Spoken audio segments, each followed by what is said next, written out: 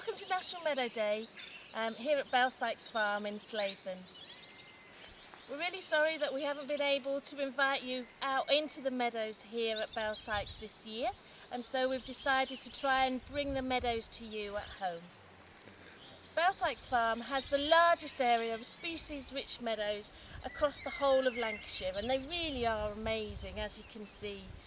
They were designated as SSSIs at the end of the 1990s, and in 2013 became the county's Coronation Meadows.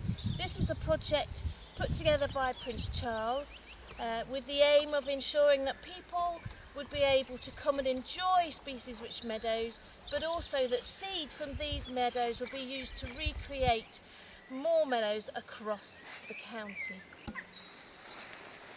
This is Carol, Hello. the Forest of Bowland Haytime Officer, and we would like to take you on a little wander through the wildflower meadows here at Belsykes.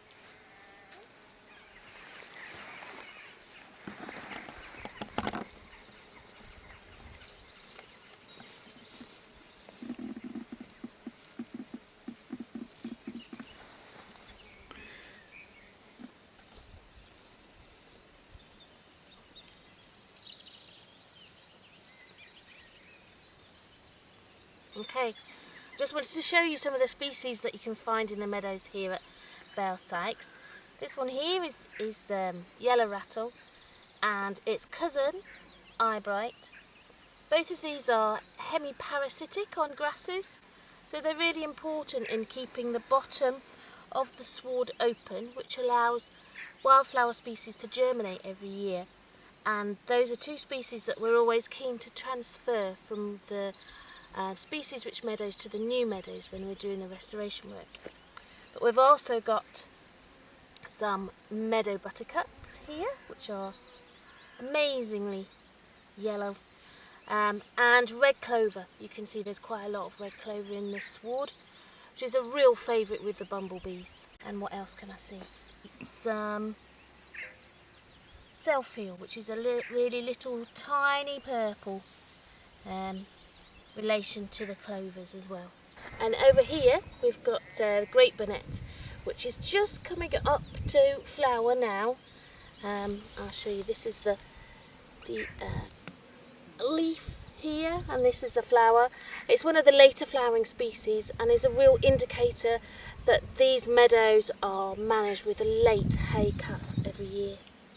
So down here you can see one of the scarcer species in the meadows. This is a common spotted orchid. They're really beautiful. They come in lots of shades, right from nearly white to really quite purpley. They normally do have spots on the petals. They sometimes have spots on the leaves, and they can be quite tricky to identify between the different orchid species because they do hybridise between the spotted orchids and the marsh orchids.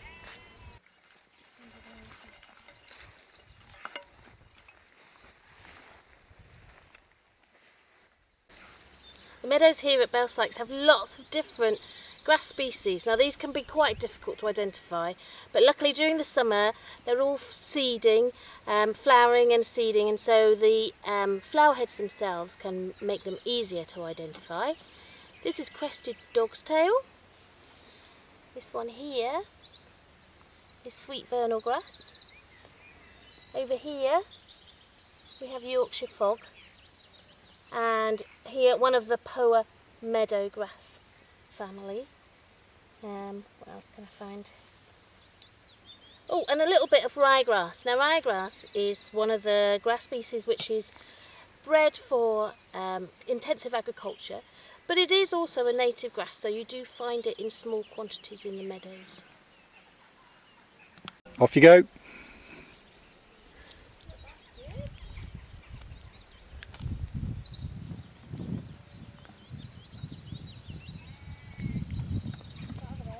So since 2012 we've been using the meadows here at Belsykes as donor meadows to help to restore additional species to other fields in the Upper Hodder Valley, and we've used hay from the species rich meadows here to help to restore 3 more meadows actually on the farm as well.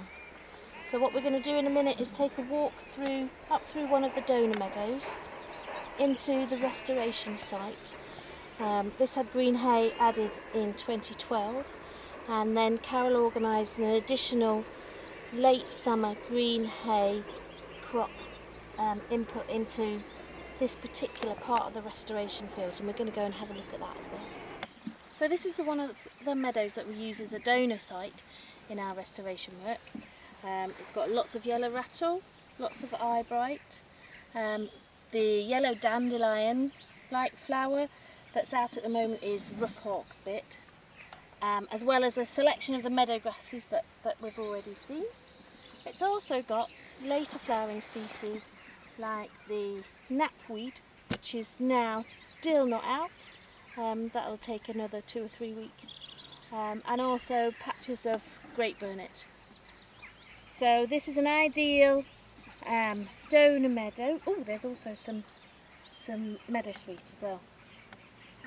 So the hay from this field was collected green and then moved just up the hill into the next field up in 2012, and then again last September in 2019. So we're going to go and have a look and see how that meadow's looking now.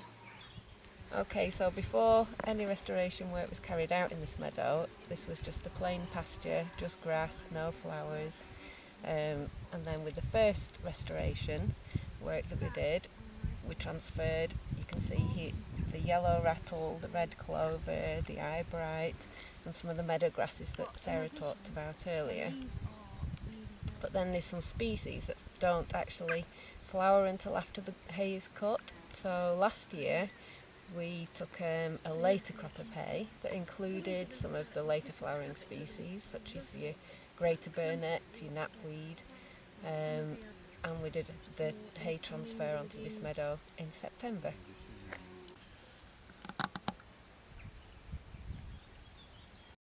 Oh, look at that, that's wonderful. Common spotted orchid. These weren't in this meadow before we did the late hay transfer. That's wonderful.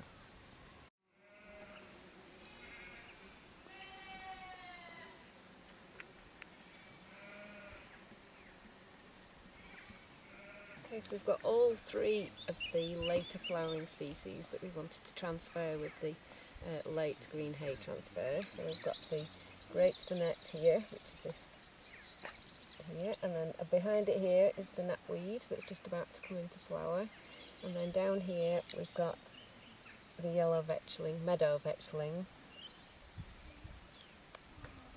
Some of the later flowering species that are characteristics of hay meadows you don't see in all the meadows because the management might entail an earlier cut, but one of the later flowering ones is this melancholy thistle.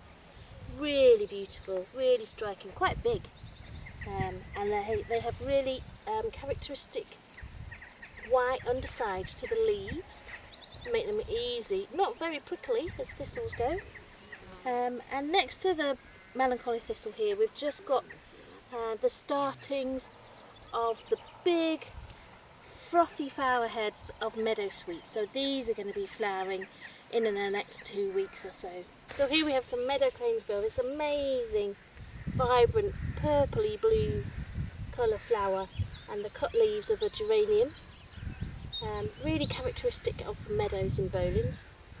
In the Yorkshire Dales you'll also find wood cranesbill, which is very similar, slightly pinky with a white middle, but there are very few sites with wood cranesbill in Bowland. We like this one. And just in front you can see again, these are the buds of the black knapweed.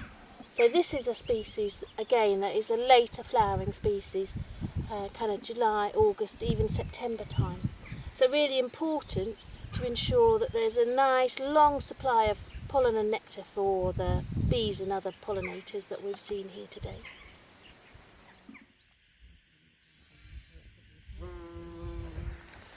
One of the ways we monitor the success of the hay meadow restoration is by surveying for bumblebees. So we carry out transects every year in the hay meadows, counting the species of the bumblebees and the flowers that they're feeding on. Okay, so every year from the data that we collect, it's compiled into a report, an annual report that shows increases and decreases in bumblebee numbers. Overall, we've got an increase in bumblebee numbers over the years. We've been collecting the data since 2014. But one of the important pointers in the data is that the couple of years after the hay meadow restoration has been done, we'll get a huge surge in bumblebee numbers. And this shows that we're transferring the correct species for the bumblebees to feed on, and we're carrying across all the important forage crops. So it's really important that we transfer the diversity of floral species into the meadow, because different species of bumblebee forage on different plants. So it's really important to capture the traditional meadows when we do the restoration work on the other sites. We record on average yearly about 11 species of bumblebees.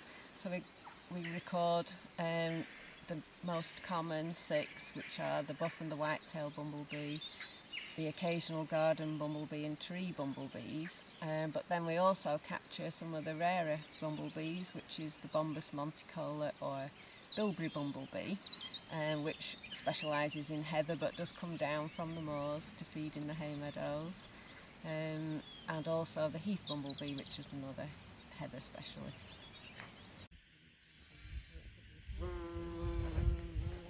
So this year's report has gone live on our website now. We're not doing any volunteering for this year, but we do usually run ID training for volunteers or just for information. So if you want to get involved next year, please come along. We'll put the links up on the website, and you can learn how to identify bumblebees and all the different species, and then get involved with surveying and help record the data.